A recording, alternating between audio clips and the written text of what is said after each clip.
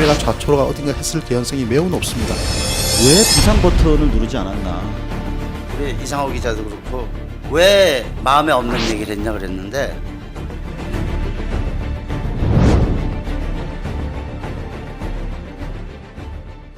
우선 세월호에 대해서 말씀을 드리겠습니다. 세월호 참사에 국가는 없었다라는 주제입니다. 세월호의 선수 부분입니다.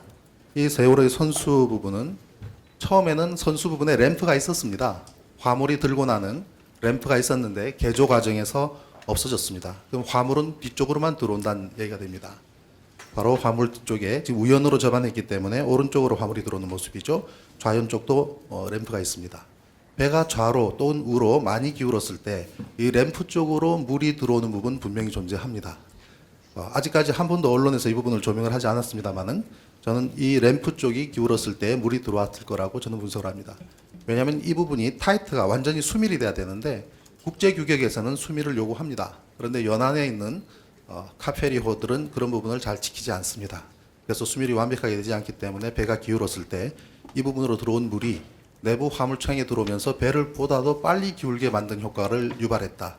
그리고 이후로 급속하게 배가 뒤집어지는 메커니즘은 선실의 출입구 쪽으로 물이 들어가면서 선실 쪽에 들어온 침입한 해수가 급격하게 배를 전복시켰다고 저는 분석을 합니다. 이 해난 사고인데 이미 해난 사고가 사건으로 점점 좀 바뀌고 있습니다. 오늘 그 유가족 분들께서도 성명서를 발표를 한 걸 내용을 봤습니다만은 제일 중요하게 언급하고 있는 부분도 진상규명입니다. 우리는 이 진상규명을 하기 위해서 사건의 내용을 들여다보고 있습니다만은 가장 중요한 것이 저 선체, 심지어 저 화물들까지도 증거가 보존이 돼야 됩니다. 그래서 증거보존 가처분 신청을 해야 된다는 점을 우선 먼저 말씀을 드립니다. 저 화물들도 안에 어떤 화물들이 들어있는지, 그다음 내부에 있는 이 차량 내부에 있는 화물들도 어떤 화물이 실렸는지, 어떠한 상태인지에 대해서 우리는 그대로 지금 현재 바다 해저에 가라앉아 있을 때 그 화물들이 어떤 상태로 있는 것까지도 우리는 조사가 돼야 되는 것이 포함되어야 된다. 그런 것이 바로 진상규명의 첫 단추라고 생각을 합니다. 우리 국내에서도 잠수정, 군안 잠수정이 있습니다. 상당한 비용을 들여서 만든 군안 잠수정이 있습니다. 그 잠수정이 사고 현장에 도착을 해서 거기서 잠수부가 나가서 그다음에 구조할 수 있는 시스템이 있는데 가동하지 않았습니다. 왜 가동하지 않았느냐라는 질문에 기술적인 문제라고 이야기를 하고 있습니다. 두 번째로 제가 쓴 글이 선수를 잡으라는 부분이었습니다. 왜 선수를 잡아야 되는가 하냐면요. 지금 있는 화면에 있는 모습처럼 저렇게 기울어져 있을 때 만약에 선수가 물속으로 들어가게 되면 구조적으로 지금 굴뚝이 있죠. 그리고 선실 있죠. 이 부분들이 구조가 굉장히 정형화되어 있지 않습니다. 선박은 바로 앉거나 옆으로 들어 누웠을 때 가장 안정된 모습을 취하게 됩니다. 그런데 거꾸로 뒤집어진 상태에서 저 각도와 저 모습이 유지되고 있는 것은 선수가 그나마 수면에 떠 있기 때문입니다. 이럴 때에 선수를 반드시 잡았어야 됩니다. 그래야지 이 각도를 그대로 유지하고 안에 존재하는 에어 포켓을 그나마 유지할 수 있는데 선수가 물속으로 깔아앉게 되면 그 다음에 선박은 옆으로 들어눕게 됩니다. 선박이 들어눕게 되었을 때 기존에 있던 에어 포켓이, 즉 발바닥 밑에 있던 물이 들어오는 그런 공간들이 옆이 벽으로 되면서, 즉 바닥에 있던 에어 닥트가 옆으로 되면서 공기가 빠져나갑니다. 공기는 물보다 가볍다는 사실. 그렇기 때문에 빠져나가는 공기만큼 그만큼 희생자가 그나마 생존했던 분들이 또 희생이 됐을 가능성이 굉장히 높습니다. 그래서 이 부분은 나중에도 반드시 책임져봐야 될 부분이고요. 왜 선수를 잡지 않았는가?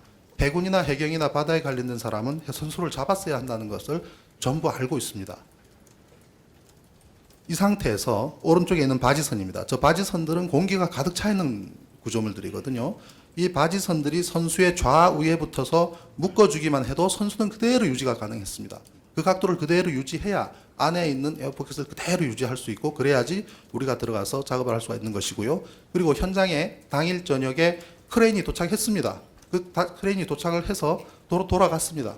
도착한 크레인이 이왕 도착했으면 이 선수라도 잡고만 있어도 됩니다. 왜냐하면 공기에 떠 있거든요. 겨우 공기에 떠 있는 선수를 물속에 빠뜨렸다는 것은 이해할 수 없는 일입니다. 바로 화살표 있는 부분이 바우스러스트라고 프로펠러가 들어있는 것인데요. 선수를 붙였다 뗐다는 곳인데 저기에 케이블 집어넣어서 얼마든지 묶을 수 있습니다. 배 밑에 용접을 하고 뭔가 구조를 설치할 필요도 없습니다. 그런 구조를 이용을 해서라도 선수는 잡을 수가 있었습니다. 그리고 타그보트. 제일 가까운 곳에 목포항이 있습니다. 목포항은 많은 상선들이 드나들기 때문에 그 상선들을 붙이기 위한 터그보트들이 상당히 많이 있습니다. 마력수가 굉장히 세거든요. 만약 사고 초기에 목포에서 저 타그보트들이 출발을 해서 기울어가는 세월호를 밀어붙여서 수심이 낮은 곳으로 밀어도 되지 않겠습니까? 암초에 부딪히면 어떻습니까? 어차피 망가진 배인데 밀어서라도 수심이 얕은 곳으로 끌고 갈 수 있었는데 왜 그런 액션을 취하지 않았는지. 그리고 이 타그보트는 얼마나 마력수가 좋으면 저런 항공모함도 끌고 다닙니다. 그리고 구축함이 있습니다. 우리 삼함대, 목포의 삼함대는 저런 급의 배들이 근 6, 7척 정도가 있고요. 그리고 고속정이 있습니다. 고속정은 PK함이라고 페트롤 킬러라 그래가지고요. 국내에서는 제일 빠른 배입니다. 시속 45나트 나옵니다. 그러면 시속 70km, 80km로 달리면 1시간 이내에 현장 도착합니다. 모든 고속정마다 해군 대원들이 20명씩 타고 라이프 자켓을 입고 바로 배에 뛰어 올라서 방마다 다니면서 유리창마다 깨면서 구조를 했다면 얼마나 많이 구조를 해냈겠습니까? 근데 그런 액션 전혀 취하지 않았습니다. 저런 배가 군함은 유사시에는 충돌을 하면서도 전쟁을 벌입니다. 물이 새면은 물을 막아가면서 전쟁을 합니다. 그게 군함입니다. 저는 해군 장교 출신이거든요. 저런 배가 두 척이 가서 배가 기울어졌을 때 세월호, 선수, 선미 가서 누르면 선박은 굉장히 약합니다. 그냥 밀고 들어가면 그냥 찌그러지면서 두 선체가 그냥 합쳐질 겁니다. 그 상태로 받치고만 있어도 더 이상 가라앉지 않고 들어오는 물은 해군 보수요원들이 올라타서 얼마든지 펌핑을 하든지 하고 그 사이 구조할 수 있는 시간적 여유가 있었을 텐데 세월호가 기울고 물속으로 가라앉는 동안에 해군 삼함대 사령관이 자기 방에서 TV를 통해서 저걸 봤다는 그 상상을 할 수가 없습니다. 저는. 조류가 세다는 얘기 나옵니다. 바람이 세다, 조류가 있다, 파도가 있다. 물속에는 조류가 파도가 없거든요. 바람이 없거든요. 물속에는 비 안 오거든요. 그렇지만 조류가 셉니다. 그렇지만 조류라는 것은 지구가 존재하는 한 반드시 있는 조류입니다. 그것은 극복의 대상이지 그것은 이유가 아니라고 생각을 합니다. 조류 때문에 이런 VLCC, 이건 대단히 큰 배인데요. 길이가 300m 가까이 되는 배를 사모중공에서 보내주겠다. 그럼 여기다 물을 가득 채우면 세월호 옆에 가라앉히게 되면 조류를 상당 부분 막아줄 거다. 굉장히 합리적인 이유입니다. 과거에 서산만 간척할 때 정주영 회장이 그 물막이로 큰 배를 가서 막아서 물막이를 한 사례가 있습니다. 그렇지만 이거를 받아들이지 않았습니다. 그리고 지금 현재 보면은 저런 헬기로 구조를 하는데 저 헬기로 이렇게 한 사람 한 사람을 구조하는 작업에 대해서 저는 방법이 아니라고 생각합니다. 라이프 자켓을 입고 있으면 슬라이딩해서 물속에 들어가면 다 삽니다. 저기 있는 사람들 내려가서 그 옆에 있는 바로 유리창들을 하나하나 깨고 여기 있는 사람들이 나오도록 해야 될 일이지 한 사람을 이렇게 구조해야 될 일이 아니라는 얘기입니다. 구조 메커니즘이 전혀 존재하지 않습니다. 라이프 자켓 입은 사람은 물속에 들어가게 하면 됩니다. 물속에 빠뜨리면 됩니다. 옆에 바다 보십시오. 호수와 같이 잔잔합니다. 그리고 이제 통영함 구조에 대해서 합의각서가 어저께 미디어오늘에서 특종으로 보도가 됐는데요. 거기에 좌초 선박으로 표기가 되어 있습니다.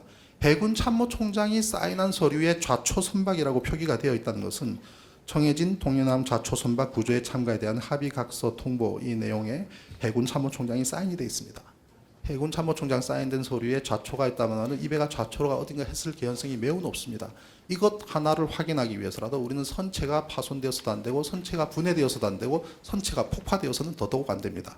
선체에 대한 증거 부정 가처분 신청이 지금 이후 가장 절실하고 중요한 이유입니다.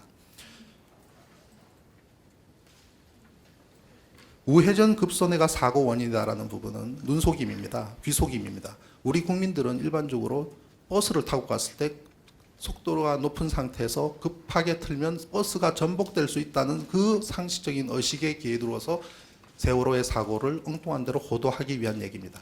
선박은 절대로 급선회를 한다고 해서 넘어지지 않습니다.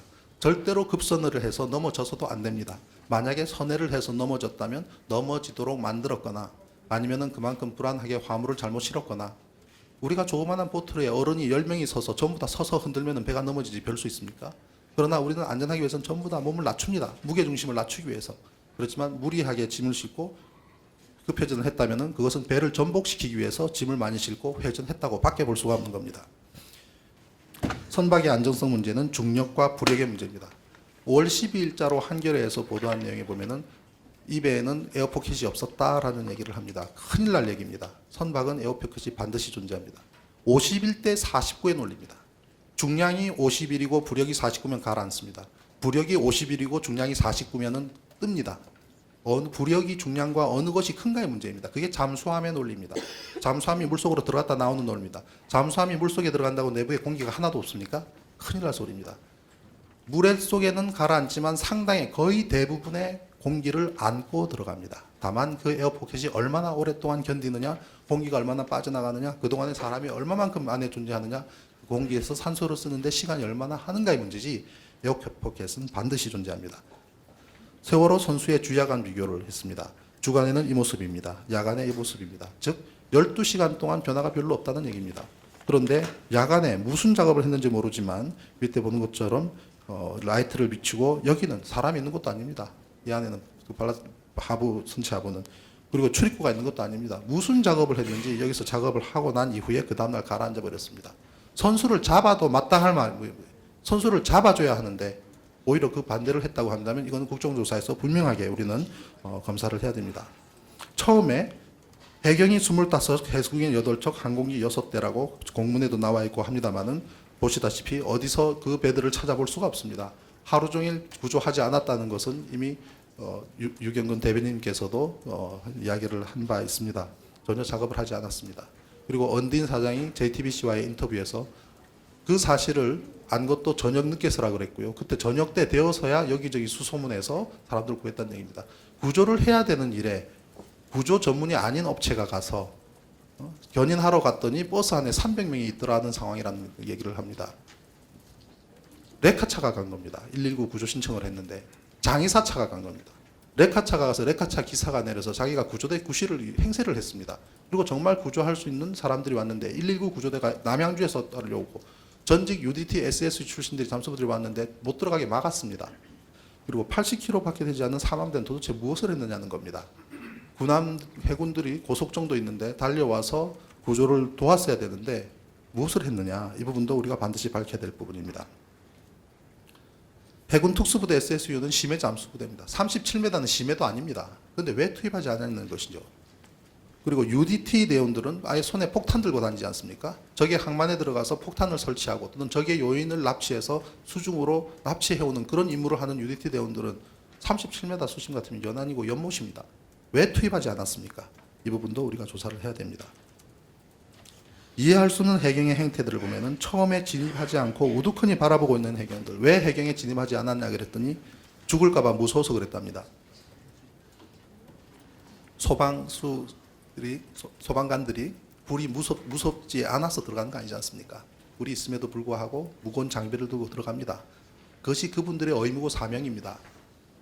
그렇다면 그 직을 하지 않았어야죠. 바깥에서 우두커니 서서 보고 있는 해경, 선장을 콕 찍어서 해경이 구조하고 서장을 빼돌려서 하룻밤 재우기까지 합니다. 무슨 얘기를 했을까요? CCTV까지 지어놨지요. 그런 부분들도 국정감사에서 면밀히 우리가 조사를 해야 됩니다. 왜 데려가서 재웠는지. 제일 먼저 브릿지로 간 것도 그렇습니다. 검찰은 해경이 모두 구조할 수 있었다고 분석을 하고 있습니다.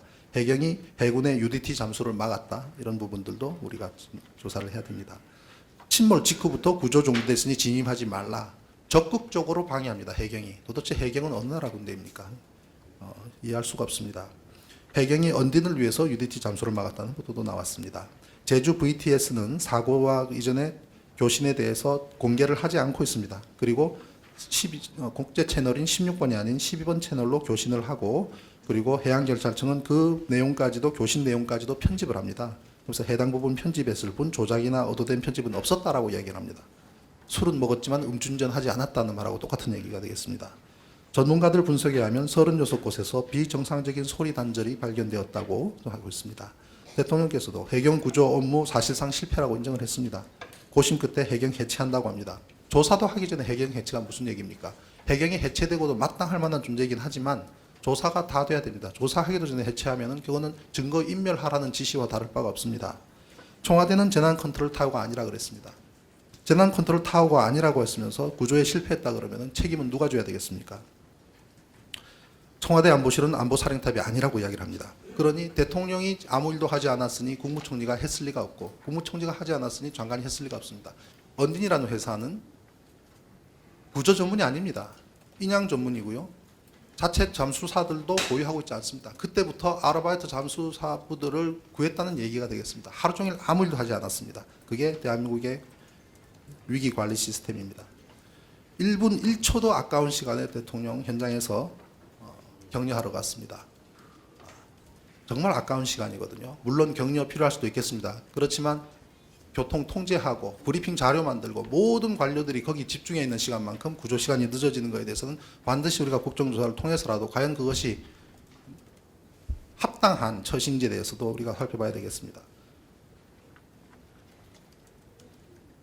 언딘이라는 회사는 진도에 도착하니까 해경과 해군이 멘붕이 빠져있더라고 합니다. 내려가는 동안에 처음에는 자기는 교통사고가 나면 레카차들이 달려들듯이 그렇게 내려갔다고 이야기합니다. 오마이뉴스와 서울신문과의 인터뷰에서 그렇게 얘기를 합니다. 그리고 내려가는 동안에 전화로 구두 계약합니다. 청해진 해운에서 전화가 왔습니다. 청해진 해운은 누구한테 얘기를 듣고 전화를 했냐 그러니까 해경으로부터 소개를 받았답니다. 즉 해경이 언딘으로 하여금 빨리 사고가 났으니 내려가라고 통보하고 청해진 해운에 전화해서 언딘하고 계약을 하라고 하는 모든 역할을 해경이 했습니다. 그리고 내려가는 동안에 전화상으로 구두 계약하고 현장에 가서 우리가 계약된 업체요 하니 해경과 해군이 모든 지휘 관리를 언딘한테 넘겨준 거나 마찬가지입니다. 구조 전문 업체도 아니고 인양 전문 업체인 레카차라고 본인 스스로 이야기를 한 업체가 그때부터 구조의 총책임을 맡습니다. 언딘 마린 인더스트리는 언딘 사장은 해양구조협회의 부총재입니다. 그리고 구조협회는 해경이 만든 단체고 그 구조협회의 사무실 자체가 해경 건물 내부에 있습니다. 그리고 그 임원들은 전직 해경 출신 간부들로 채워져 있고요. 그리고 언딘 역시도 해경 출신 사람분들이 퇴직하고 나면은 그 회사의 간부로 들어온다고 하지요. 이러한 것은 이미 언딘 커넥션, 언딘 게이트로까지 갈 수 있는 사건입니다. 그에 대해서 조사를 해야 됩니다. 가족분들께서 진정서를 제출을 하셨습니다만 거듭 말씀을 드립니다. 반드시 선체에 대한 보존 신청이 들어갔으면 좋겠습니다. 저는 오늘 오후라도 준비를 해서 선체 보존 가처분 신청을 했으면 좋겠습니다. 만약에 동의를 하지 않으신다면 시민사회단체가 저희가 할 수밖에 없습니다.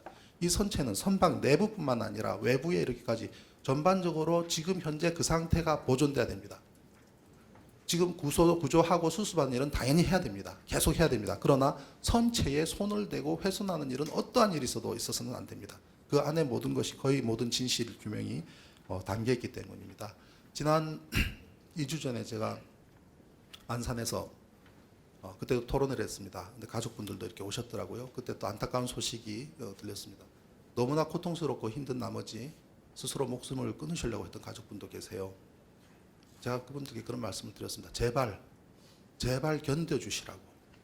너무나 이 고통스러운 환경은 그 사고를 당하신 부모님뿐만 아니라 이 사고를 보고 있는 모든 사람이 내 아이가 한 것처럼 똑같은 마음을 가지고 있고 똑같은 마음을 갖고 있습니다. 우리는 이 세월호를 진실을 반드시 밝혀야 되고 그리고 반드시 그대로 보존을 해야 되고 거기에서 얻을 수 있는 모든 자료를 우리가 비축을 해서 두 번 다시 이런 사태가 나지 않도록 만들어야 우리는 한 발짝이라도 더 나아갈 수가 있습니다. 그래서 제발 견뎌주시라고.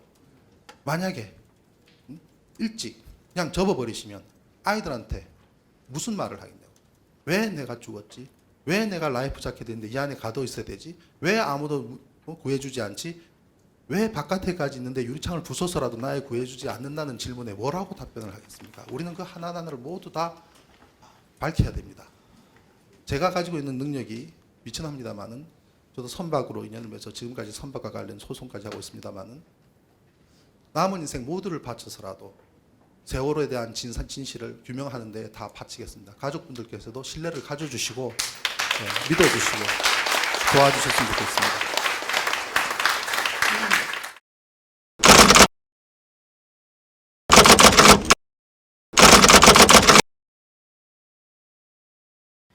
저희가 동영상으로 여기 계신 팩트TV를 통해서도 다 생중계를 거의 다 해드렸기 때문에 시간 관계상 제가 촬영한 사진 위주로 보여드리도록 하겠습니다. 보여주시죠. 일단 저희가 현장에 도착한 것은 4월 18일 밤입니다. 4월 16일 마찬가지로 저희도 전원 구조됐다는 얘기 듣고 다른 취재하느라고 정신이 팔려 있었습니다.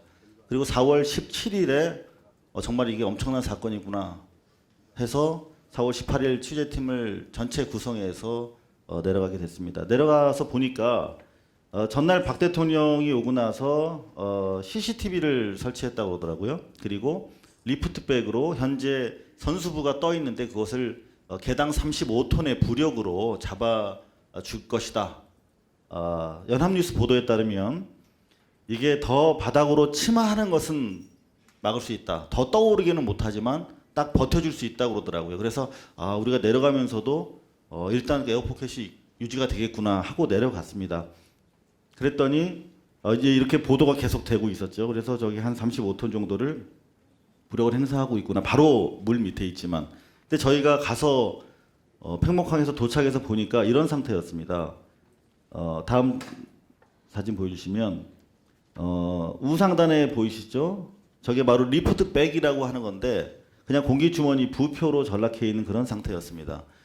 서울에서 저희가 보고 들었던 거랑 전혀 다른 상황이 현장에서 진행이 되고 있었습니다. 그럼에도 불구하고 저희가 가서 2, 3일 더 머무는 동안에도 서울에서는 아까처럼 빳빳하게 부력이 작용하고 있는 자료 화면이 계속 반복되면서 뭔가 안전하게 현장이 관리되고 있다라고 하는 거짓말이 보도가 되고 있었습니다. 더구나 그 CCTV라는 것도 박근혜 대통령이 현장의 구조 상황을 유가족들, 피해 가족들이 지켜보라고 사실 한 것인데 여러분들 보시면 아시겠지만 그냥 조명탄 터지는 것만 멀리서 볼 수 있는 그런 풀샷입니다. 전문용어로. 정확하게 구조가 지금 다이버들이 물밑으로 내려가고 작업이 이루어지고 하는 부분들을 더 근접해서 보여줘야 되는데 그냥 멀찌감치 바지선만 잡고 있었기 때문에 그 자체도 피해 가족들의 요구가 제대로 이루어지지 않고 있었다라고 판단을 했습니다. 4월 19일 상황인데요. 이틀째 지금 저 상황만 해도 선수부가 떠 있는 상황이었습니다. 근데 정말 안타까운 것은 여기 우리 피해 가족들 계시겠습니다만은 컨트롤 타워가 없었다는 것입니다. 정부가 없었다는 것입니다. 저희가 평상시에 세금을 내서 해경이라든가 군안 구조 전문가들을 양성하는 것은 이럴 때 알아서 해달라는 것이죠. 그런데 제가 2, 3일 만에 벌써 느낀 것은 여기는 진짜 정부가 없구나. 지금 저 피해 가족들이 모여서 빨리 저 크레인으로 바지선으로 붙잡아 달라고 주장하고 계신 겁니다. 저분들이 전문가가 아니라 다 가족들이에요. 그 가족들이 다시 대표를 통해서 올라가서 요구 조건을 얘기하면 너희들이 다 원하는 거면 우리가 한번 해줄게. 일관되게 그런 식으로 대처했습니다. 저 난리통에 비전문가 안산에서 치킨 튀기다가 또는 거기서 그냥 장사 사업하시다가 회사원들입니다. 다 이분들. 근데 이분들한테 계속적으로 책임을 전가하는 양상을 볼 수가 있었습니다. 4월 20일 상황인데요. 저분이 이용옥 씨라고 현장의 컨트롤 타워였는데 나중에 구원파 책임자로 구원파 장학생으로 확인이 됐죠. 그리고 저희 고발뉴스가 제보에 따라서 취재한 바에 따르면 조금 뒤에 의혹을 제기하겠습니다만 여러 가지 의혹이 합당한 의혹이 있습니다만은 기계공학을 전공한 폭발물 전문가라고 합니다. 저분이. 그렇다면 우리 어린아이들이 마지막 가는 길에 남긴 그 증언들을 저희는 귀 기울여야 되지 않겠습니까? 살아남은 어른들로서 우리 학생들은 분명히 계란 냄새가 난다고 했습니다. 그건 황을 의미하는데 폭발물이 배 구조상 없다고 합니다. 그 프로판 가스밖에 없답니다. 요리하는 데 쓰는. 그렇다면 왜 그런 냄새가 났는지 우리 살아남은 어른들은 규명을 해야 할 것인데 저분이 바로 한국화약 관계된 곳에서 계속 폭발을 전문적으로 시행하고 폭발에 대한 결과를 축적하는 그런 일을 하셨던 분이라는 사실을 뒤늦게 알게 됐습니다. 저분이 주로 하셨던 게 어떤 행동이냐? 다음 사진을 보시면 저분이 하신 게 바로 이겁니다. 우리 피해 가족분들은 다 아시겠습니다만 하루 종일 저것만 썼다 지웠다 하는 일을 저 컨트롤 타워 하고 있습니다. 여러분들 맨 윗줄 안 보이실 텐데 제가 읽어드리겠습니다. 4월 20일 지금 저 아이들이 저기서 저는 살아있다고 믿고 있었습니다. 골든타임이었으니까요. 그런데 첫 줄 보면 10시 20분 잠수사 체온 유지용 모포 및 부식 전달. 저 시점까지 잠수사들 모포도 전달이 아직 안 돼 있는 거예요. 컨트롤 타워라고 하는 국장, 해경 국장이 저런 걸 쓰고 저런 거 보고받고 있었던 겁니다. 여러분. 저게 바로 우리 미개한 구조의 수준이었던 거죠. 그리고 아래 나와보시면 아시겠지만 지금 저 상황에 인명 구조가 최우선인데 저기서 대단히 태평한 그런 이야기들 제가 촬영을 하니까 옆에서 바로 지웠는데 누가 오는데 의전 준비하고 이런 내용들을 계속 쓰고 있었습니다. 다음 사진 보시면 이제 4월 20일 날 이제 다이빙벨이 팽목항에 도착합니다. 저는 그 전까지 다이빙벨에 대해서 듣거나 본 적이 없었습니다. 중요한 것은 제가 조금 전에 우리 피해 가족분께서 제가 다이빙벨과 관련해서 보도하고 사실을 전한 것밖에 없습니다. 저는 제가 모든 자료를 가지고 녹화하고 녹음하고 특히 생방송까지 했기 때문에 후퇴할 수 없는 확정적 자료들입니다. 그런데 제가 이 취재하고 있던 제 근처에 기자가 있어 본 적이 거의 없어요. 제도 언론의 기자들이 제가 이거 촬영하고 취재하고 있던 중에 근처에 기자분들이 있어 본 적이 없어요.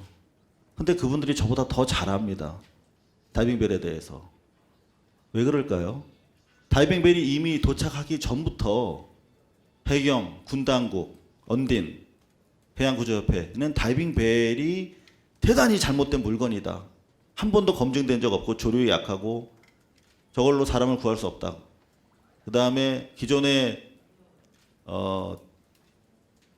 진행되고 있는 수색 작업에 지장이 있다. 무슨 구조 작업이 이루어지고 있었습니까?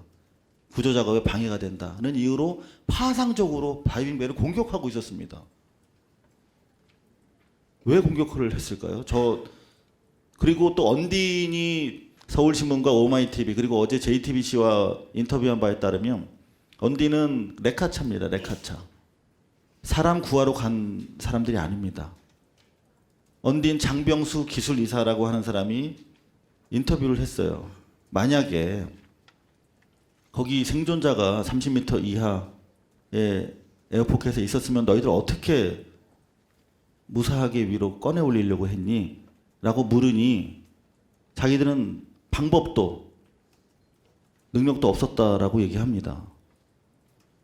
그 사람들 30m 이하에 있었던 생존자들이 다이빙 법을 모른다면, 다이빙 전문가가 아니라면 자기들은 살아서 꺼내 올릴 어떤 수단과 방법도 가지고 있지 않았다라고 고백하고 있습니다.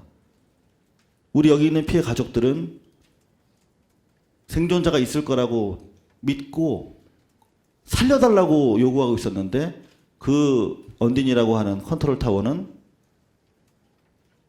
살려서 꺼내 올릴 수 없었다고 지금 고백하고 있습니다.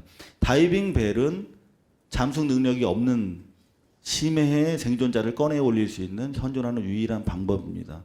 저는 취재를 통해서 알게 됐고 취재를 통해서 확인했습니다. 지금부터 확인한 내용을 여러분들한테 보고 드리겠습니다. 참고로 조선일보가 얘기한 것처럼 저는 다이빙벨을 만병통치약이라고 선전한 적도 없고 영업사원도 아닙니다. 자, 내부를 들어봤습니다. 3명이 저렇게 앉을 수 있고 4명까지 서서 7명이 작업할 수 있는 공간입니다. 제 배꼽 부분 위쪽까지 공기가 차 있어서 호흡이 가능한 구조죠. 자, 다음 4월 21일 3시 59분에 사고 해역에 도착했습니다. 이게 바로 다이빙벨이 처음으로 현장에 도착한 상황입니다. 해경이 동의했고 우리 가족 대표께서 작업을 동의해서 현장에 어렵사리 도착을 했습니다. 그런데 어떤 일이 생겼냐면 21일 5시 17분 오후에 알파 이종희 대표가 돌아오는 장면입니다. 이때 2가지 이유로 쫓겨나는 것이죠. 하나, 검증된 바 없다. 이 장비가. 2번째, 현재 작업에 방해된다는 이유로 쫓겨나왔습니다. 다음 화면 보시면 4월 21일 오후 17분에 쫓겨나왔는데 언론에는 다이빙벨이 현장에 도착하기 전부터 다이빙벨을 비판했던 언론들은 왜 그런지 다이빙벨 실패 기사를 보도하게 됩니다. 여기 계신 우리 피해 가족들도 계속 그런 보도, 언론을 쓰레기, 기레기라고 비판하시면서도 볼 게 기레기들밖에 없기 때문에 기레기들이 주입하는 판단에 많이 영향을 받고 계실 거라고 생각합니다. 4월 23일 이틀 뒤에 언딘이 한 짓이 바로 이겁니다. 생존자가 있으면 구할 수 있는 건 다이빙벨밖에 없는데 다이빙벨을 쫓아내버렸단 말이에요. 그리고 허겁지겁 비판의 여론이 일부 일기 시작하니까 4월 23일 새벽 2시에 강릉에 있는 폴리텍 대학으로부터 다이빙벨을 빌려옵니다. 그리고 4월 29일 9시에 서망항에서 밀 반입하다 적발되는 장면입니다. 밀 반입하다 적발되는 장면입니다. 이 밀 반입을 위해서 한창 생존자 구조에 전념해야 될 직원들 4-5명이 이 자리에서 저 선적 활동을 했습니다. 그런데 저 배가 떠나지 못했어요. 저는 우리 아이들이 붙잡았다고 생각하는데 스크류가 걸려가지고 밧줄에 2-3시간 지체되는 사이에 저희가 촬영한 겁니다. 4월 25일 날 2차로 우리 피해 가족들이 다이빙벨의 현장 투입을 다시 원하셨습니다. 그래서 11시 30분에 다이빙벨 2차 출동을 하는데 당시에 이주영 장관이 피해 가족들 동승, 그 다음에 취재진 동승. 왜냐하면 해경이 계속 거짓말하면서 쫓아냈기 때문에 동승을 요구했습니다만 쫓겨났습니다. 11시에. 그리고 더 이상 지체할 수 없어서 저희 취재팀이 다 하선했고요. 4월 26일 날 다이빙벨은 접안도 하지 못하고 쫓겨납니다. 역시 이 당시에 고성에 욕설이 오가면서 뒤늦게 이종인 대표로부터 진술받은 바에 따르면은 칼로 죽이겠다 이런 협박까지 언론 쪽에서 있었다고 합니다. 다이빙벨은 2차로 쫓겨났습니다만 이때 역시 조정동을 비롯한 제도 언론들 현장의 근처에 또 오지 않았던 언론들은 다이빙벨 2차 실패 이렇게 보도하게 됩니다. 4월 29일 다이빙벨을 3차로 출동합니다. 저도 개인적으로 만류했습니다. 이게 들어가서 작업을 저들이 허락하지도 않을 거고 어떤 식으로든지 몰아가서 또 실패했다고 그럴 거고 대단히 심지어 살해 협박이 있을 거라고 하는 첩보까지 입수했습니다. 서로 다른 두 곳으로부터 제가 확인했습니다. 그래서 이번엔 분명히 저들이 자기들의 구조 실패와 무능이 드러날 것이고 다이빙벨이 제대로 구조를 하면 그리고 다이빙벨에는 이종인 대표가 사이드 소나라는 장비를 싣고 있습니다. 그 장비는 거의 핸드폰 수준의 물밑 상황까지도 정확하게 찍어내는 장비입니다. 여러분들 뭐 보여드렸으면 좋겠는데 그 소나를 탑재하고 갔기 때문에 배의 모든 내용을 그 증명사진처럼 찍어서 남길 수 있습니다. 물 밑에 있는. 그래서 아마 그런 것들 때문에 은폐의 목적이 있었는지는 알 수 없습니다만은 대단히 위험한 상황이었음에도 불구하고 이종인 씨는 현장 출동을 고집했습니다. 그래서 이때는 제가 병원에 이제 뭐 머리가 좀 아파가지고 병원에 입원해 있다가 워낙 위험한 상황 같아서 또 역시 저희가 모든 촬영 녹취 장비를 가지고 배에 탑니다. 4월 29일 6시에 출발을 했고요. 그래서 도착을 했는데 해경은 최초에 우리 피해 가족들이 원한 것은 저희가 선수부에 있는 2학년 8반 학생들이 구조가 대단히 지지부진했습니다. 그래서 선수부에서 학생들을 구해달라고 하는 요청이 있었고 그래서 선수부로 향해서 가고 있었습니다. 갔더니 이미 선수부에 바지선이 옮겨가 있었고 저희한테는 선미를 하라 알파 쪽에는. 그래서 선미를 하는 걸로 알고 이제 저게 뭐냐면 가이딩 라인을 내리는 작업인데 선미인 줄 알고 작업을 하다 보니까 선미는 여러분들 요새 TV 보셔서 아시겠습니다만 이미 구조물이 붕괴되기 시작해서 접근이 불가능한 그래서 범대본에서 인양 이전에는 수색이 불가능하다고 공식적으로 브리핑을 했던 곳이었습니다.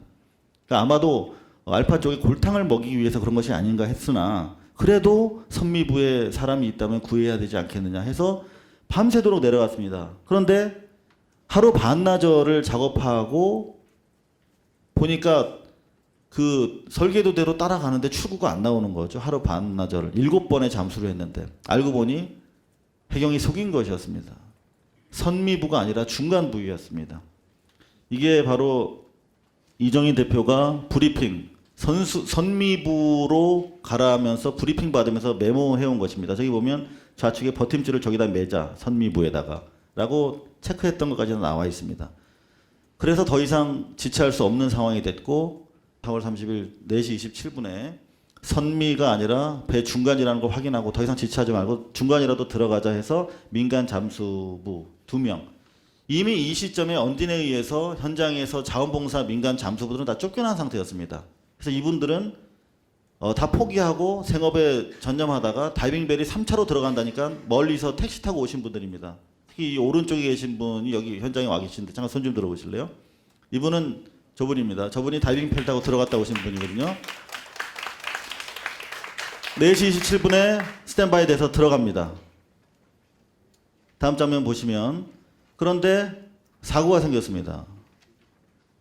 공기 주입 케이블이 찢어진 것인데요. 이거는 물론 의혹이 있습니다만 누군가 이렇게 했을지 모른다는 의혹도 있습니다만은 현장에서는 아마도 이게 높은 너울 때문에 출렁거리면서 들어갔기 때문에 그 과정에서 끊겼지 않나라고 대수롭지 않게 생각하고 넘어갔습니다.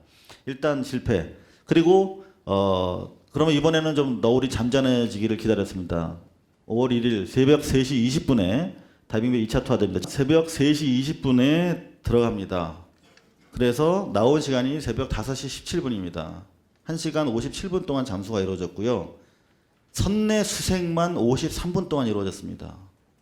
보통 다이버 한 분이 5분 동안 내려가서 5분 수색하다가 5분 나오거든요. 1인당 5분 하는데 여기서 10배 넘게 계셨어요. 선 내에만. 그리고 케이블을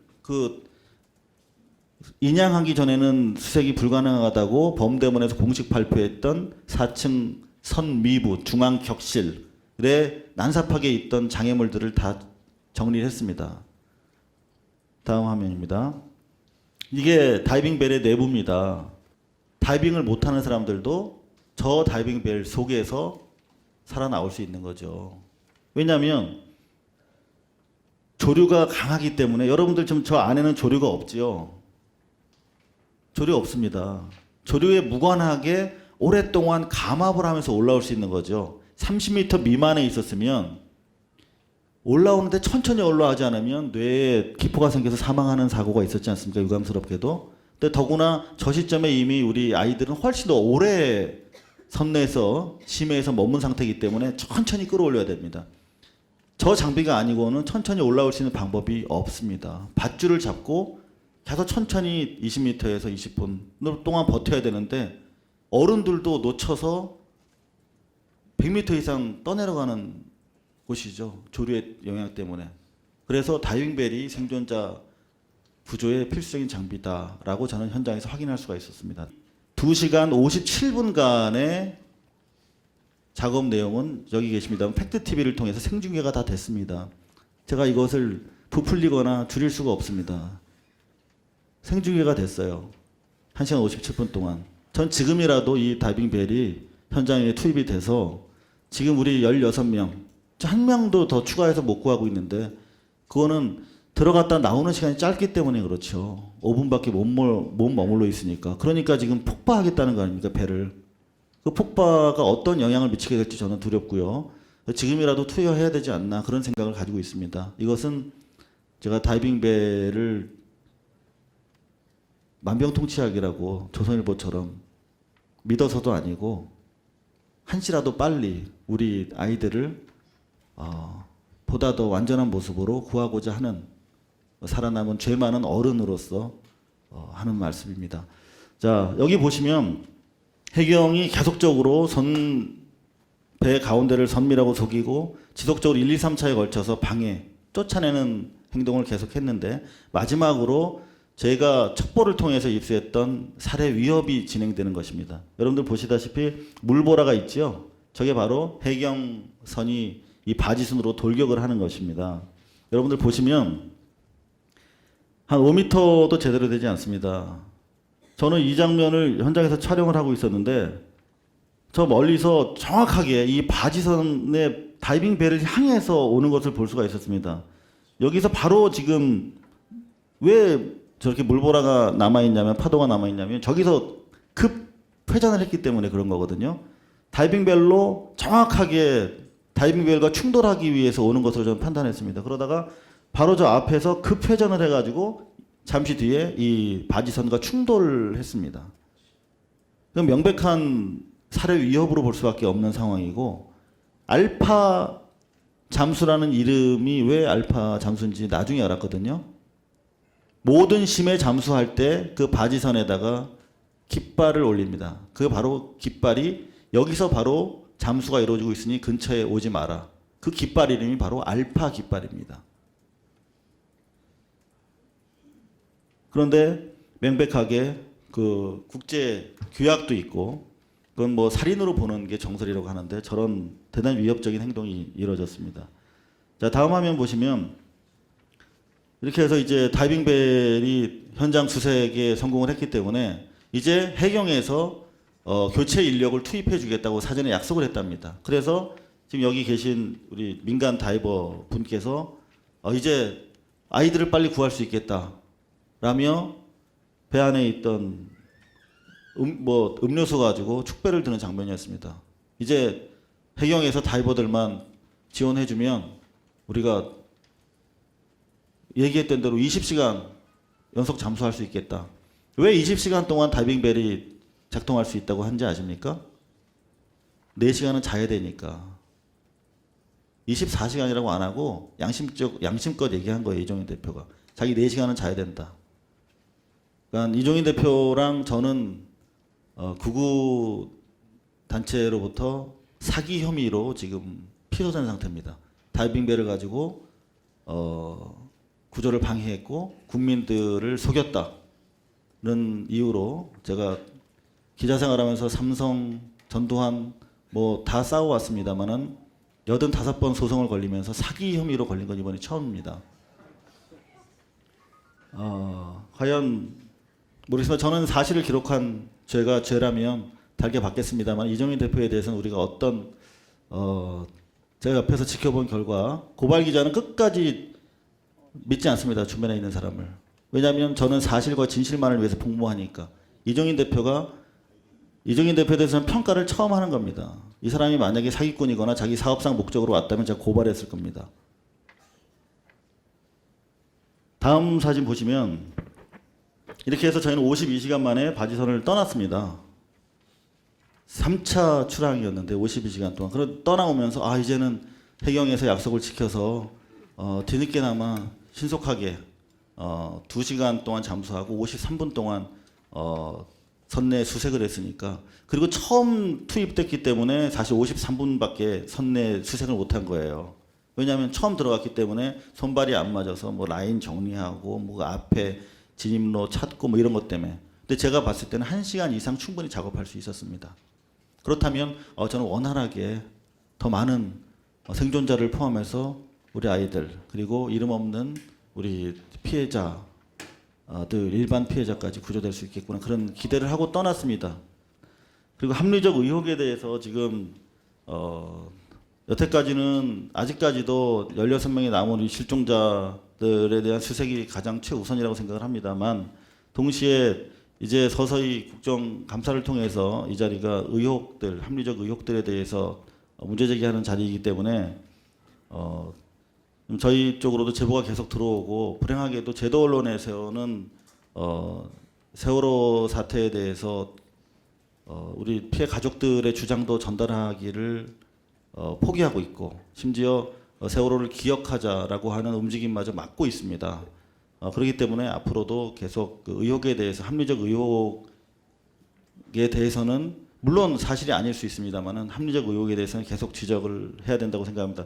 가장 대표적인 게 지금 아이들이 계란 냄새가 난다고 했다는 부분에 대해서 여러 가지 의혹이 제기되고 있고요. 특히 왜 비상 버튼을 누르지 않았나?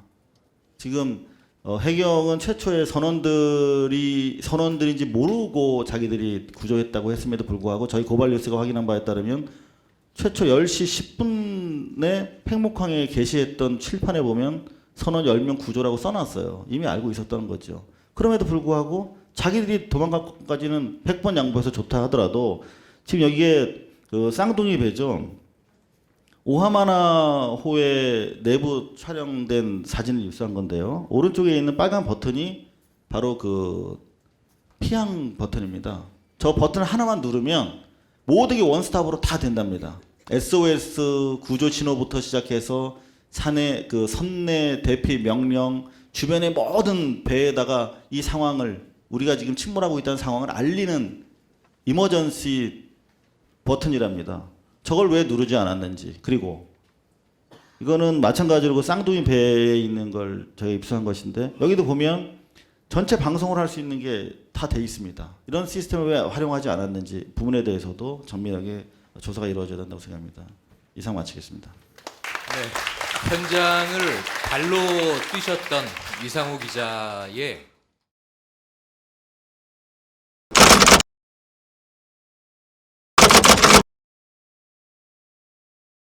안녕하세요. 저는 잠수 구조 전문가입니다. 그래서 제가 좀 나섰던 거는 건방을 떨고 가족들 앞에서 나섰던 거는 그 물속에 갇혀 있는 사람을 해경도 손 놓은 상태에서 제가 가서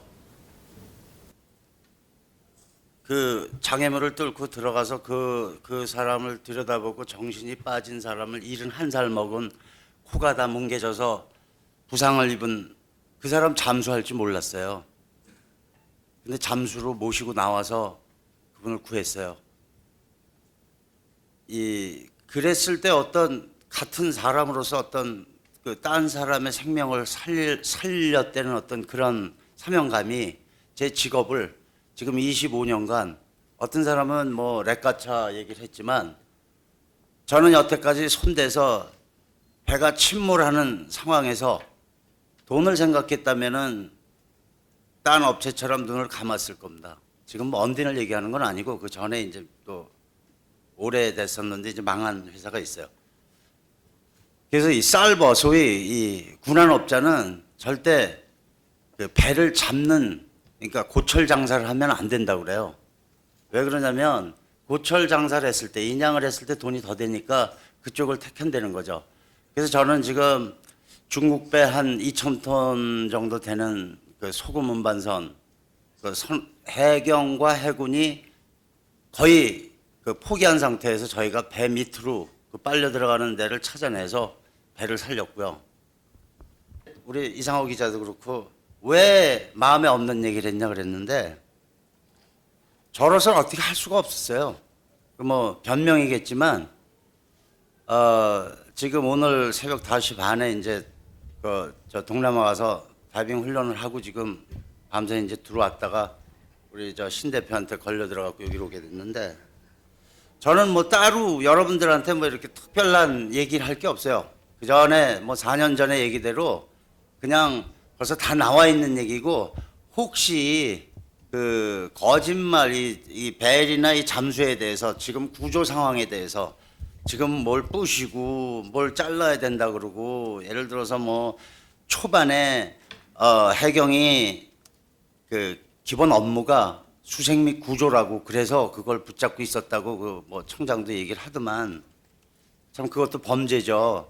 그래서 그때부터 손띠라고 그랬던 것도 저고 제가 뭐 개인이 무슨 힘이 있어요. 그냥 얼굴 아니까 청장님 지금이라도 손 떼십시오 라고 얘기를 했는데 지금 한 달 넘게 이렇게 끌고 계시긴 이제 끌고 있다가 조직까지 다 망가지게 생겼죠. 그래서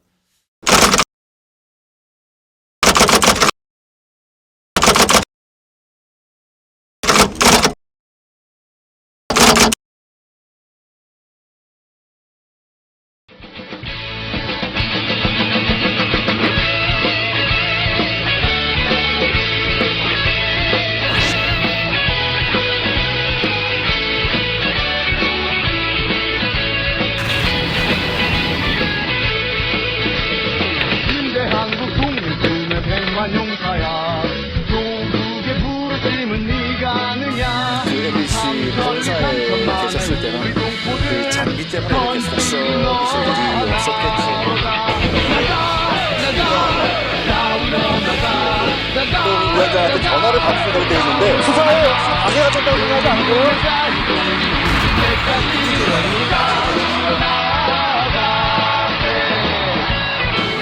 10년 전에 고발뉴스닷컴 이상호 기자의 고발뉴스라고 하는 홈페이지를 만들면서 그때 사실 어렸을 때 초년병 기자 생활을 할 때부터 너무 많은 사람을 구속시켰거든요. 그리고 너무 많은 사람을 다치는 걸 봤고 근데 내가 도대체 이 기자직을 왜 하는 건지 되게 회의가 됐더라고요. 그래서 내가 그 홈페이지에도 담아놓은 얘기지만 이게 국민의 삶이래요. 그러니까 고발은 사람에 대한 증오가 아니라 사회에 대한 사랑입니다.